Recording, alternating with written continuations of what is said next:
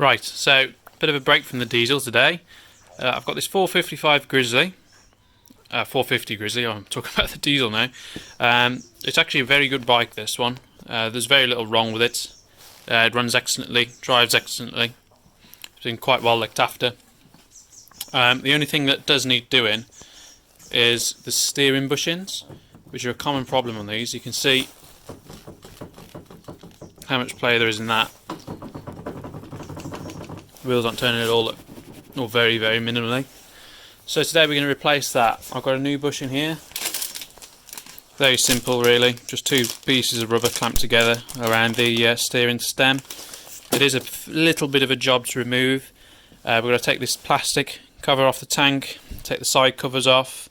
We're going to take the tank off to get to the bushing. Potentially might need to take the rack off to get this radiator cover off, but we'll see.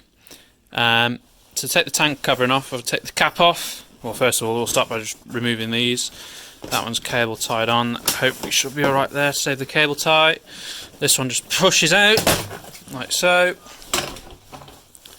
And then we've got 10mm nut there that we need to remove. 10mm nut there.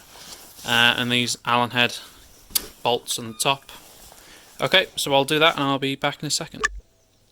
Okay, so that covers off. Only a 10-second job. Them Allen head key bolts at the front were HW4s. So now I'm going to take the tank off. Remember to put your cap back on to avoid anything spilling when you do remove the tank. And put your fuel valve to off. So it's very simple again. 4 10mm bolts. There, etc. And just, I think this one's cable tied. Yeah, so just whip the cable tie, the clamp off the carburetor. And it really is as simple as that. So yeah, I'll whip that off and be back in a second. Okay, so the tank's now off. You'll always have this rubber cover over the tank.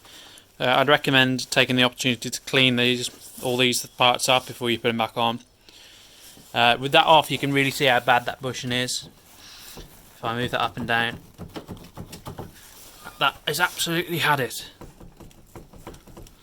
So it looks like I may get away with not removing the front cover. You can see that bolt there. Should slide out fairly easily, although some of my insulation seems to be missing off the wiring. So I may take the front cover off. It looks like I'm going to damage any wires. But I'll have a little go at getting that off. I'll cut back in if I've had to remove the front rack. Okay, so I've decided I am going to take the rack and front cover off. Simply because the bolt comes out this way. There's not a nut on that end, it's a fixed piece. And there's a little tab holding it in. Which can be difficult to hammer back without risking damaging the wiring, and it's so easy to take off. Literally all I'm going to do, whip these 4 bolts out, whip these 2 bolts out here, and there's just a clip that will come off. So I'll just whip them out and I'll be back. Okay, so all the current cover is off. Again, you can take the opportunity to clean in here if you want. These are the bolts that were holding it in. They're 12mm. You can see the tabs on the corners that I've had to bend back. Take the bolts out. This is the bushing itself. Obviously it goes either side of the shaft. There are steel dowels in there that you don't replace. You can see why this particular bushing is gone. It's because the seals have broke either side, allowing all sorts of gunk in. The back of the bushing is held on by, come on, it's only within the camera, apologies, this steel plate, which also has a secondary job of holding all the wires and pipes in. The threads and this here on the frame, so are movable. You just have to make sure you align them holes up at the back when you put it back on.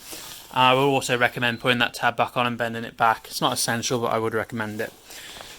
So I think what we'll do now is we'll remove these rubber bushings from the pins.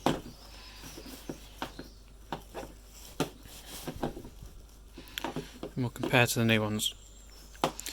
Okay, come on, see if I can do this without pausing the video. There we go. There's our new ones gone. Okay, I think I will just pause the video so I've got the new ones lined up next to it. Okay, so here's the new ones.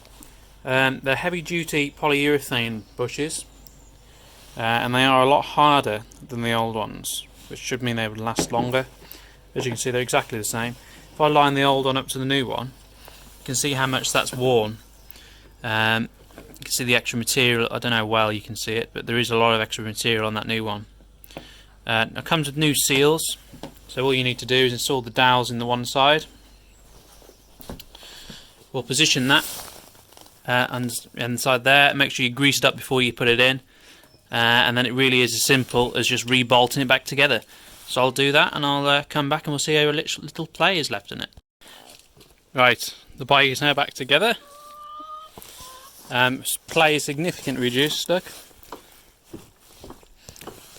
Handle moves at the same time as the wheel.